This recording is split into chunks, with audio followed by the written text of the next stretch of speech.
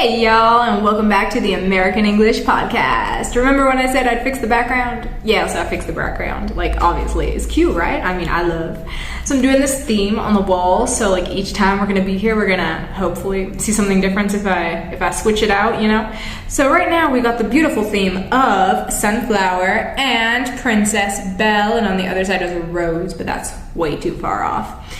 But anyway, keep an eye out on the background for my changes. So today I wanted to talk about how important it is to actually move your ass out your hometown, okay? Because if your ass stay in your hometown, you're never gonna know what the world really look like. So that was for me, for example. I had a gut feeling that when I moved out of Winnipeg, I would not come back. I knew this since the age of about 16. I had this feeling that I knew I didn't like it there. I just did not like it, no way, shape, or form. I liked it because it's the only place I knew and my family was there, but other than that, I really didn't like the place. When you look at the same town for so long, and the same culture, the same way of being, gradual small changes, you just get bored. But the thing was, my family didn't have money to take vacations, so I'd never been out the country until I went on some road trips to America, but flying I had not done till I got a little older. When I took my first flight internationally, it was all the way to Colombia, and that was incredible because I got to see some of that Latin culture that I was born and raised with, and even though it was Spanish, a little bit different, it was kind of feeling like home. Like, a lot of things were different. I had a lot of culture shocks, but I also learned different ways of life, different foods people eat, how their days go, how customer service is, like everything is different. And I cried a little bit because I was scared.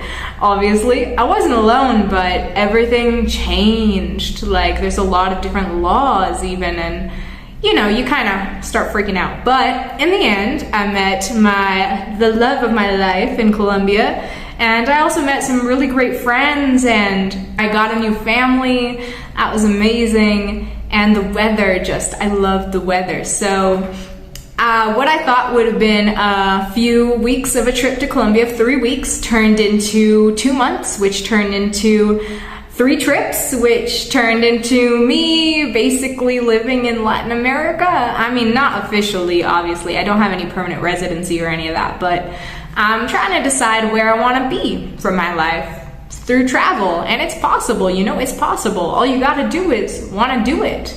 Decide for yourself, I don't want to be here for the rest of my life at the same job, at the same city. Decide that I want to go, I want to see the world, take the risk, take the chance.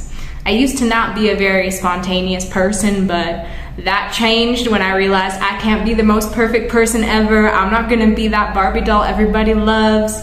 In Winnipeg, for me, there was a lot of race problems within the community, so that really ticked me off, and I couldn't be me.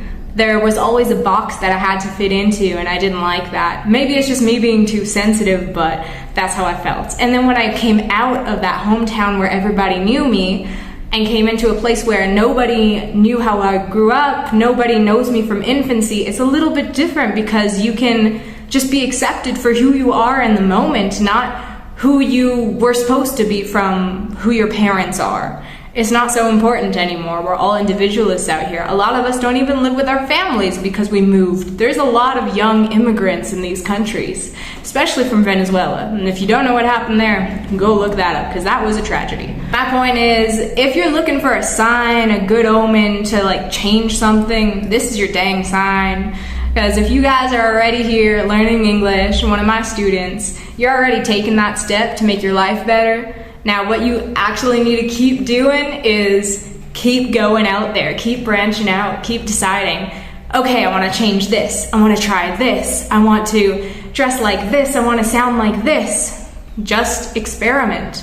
It's not so scary. The whole mentality that happens here, actually, of what will the others think of me? They won't think I have money, they won't think that I look good. That doesn't really matter. All you need to do is think, who do I want to be? Who do I want to be? Who do I want to look like? Do I have a role model that I want to be like them? Do I have an idea in my mind of the ideal version of myself? If you ask me that, I'm like, I want to be the bougiest princess ever, right? But, you know, I do little things that make me that person. I buy the makeup that I like. I buy the clothes that I like. That's my self-expression. I decide what I want to do because my job is mine. So there ain't nobody controlling me at the end of the day. And I'm in a beautiful partnership with my fiance and everything works well together. So that definitely helps me to keep going forward and be the best version of myself that I can be. So you guys need to find that out for yourselves if you haven't already. Decide what you want to do and where you want to go. Because living a life with no direction is just a lost life. Not to be too heavy on you, but that's the truth, in Bella's opinion. Anyway, thanks for listening to this little short ramble of a podcast. I hope you enjoyed, and I hope the little twinkle of accent in my not teacher voice helped you out to really understand what some other people can sound like when you listen to them. So keep strong, keep on your journey of English, and I'll talk to you in the next podcast. Peace, kids.